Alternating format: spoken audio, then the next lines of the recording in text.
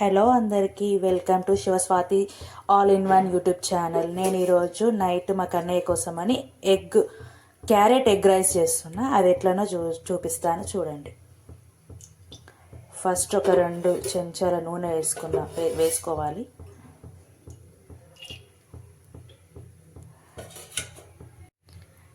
నూనె వేడి అయిన తర్వాత జీలకర్ర ఆవాలు వేసుకోవాలి. అవి చిటపటాన్ని మంచిగా వేగిన తర్వాత పచ్చిమిర్చి వేసుకోవాలి.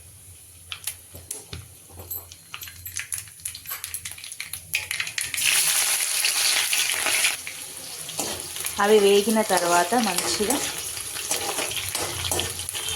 మనం కట్ చేసి పెట్టుకున్న క్యారెట్ వేసుకోవాలి.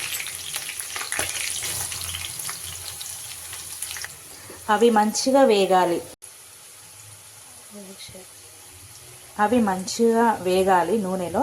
స్టవ్ని మీడియం ఫ్లేమ్లోనే పెట్టాలి కొద్దిసేపు. ఇప్పుడు కొంచెం అల్లం ఎల్లిగడ్డ అలాగే కొంచెం పసుపు వేసుకోవాలి. అల్లం ఎల్లిగడ్డ పచ్చివాసన వేయేంత వరకు వేగాలి. ఆ తర్వాత మనం ఎగ్గుని కొట్టుకోవాలి.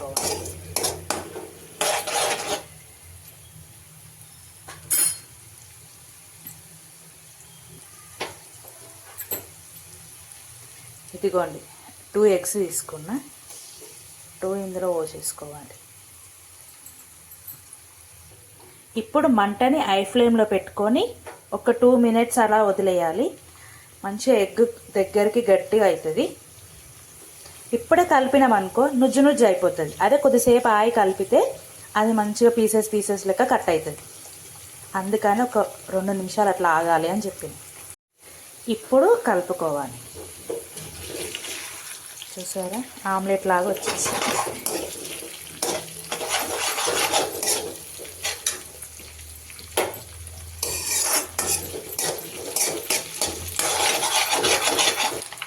ఇప్పుడు మంచిగా ఎగ్ ఫ్రై అవుతుంది. ఎగ్ ఫ్రై అవ్వగానే మనం కొంచెం రైస్ వేస్తాం. నేను ఎలాగో ఇప్పుడు అన్నం వండి పెట్టుకున్నా కదా, అదే రైస్ వేస్తున్నా. దీనికోసం సపరేట్గా ఏం వండలేదు.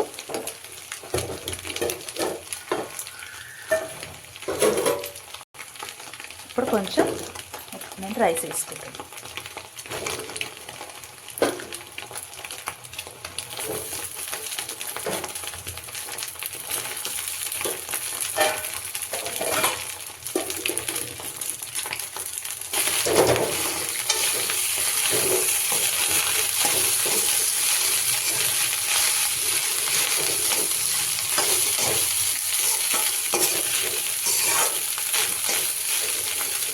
ఇప్పుడు కొంచెం ఉప్పు వేసుకోవాలి.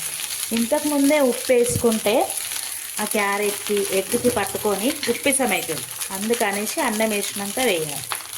ఒక స్పూన్ అంతా. ఇప్పుడు కొంచెం ధనియాల పొడి వేయనట్టుగా కొంచెం ధనియాల పొడి వేసాను. కలుపుకోవాలి. ఇప్పుడు మంచిగా అయిపోయింది. లాస్ట్లో కొంచెం కొత్తిమీర వేసుకుందాం.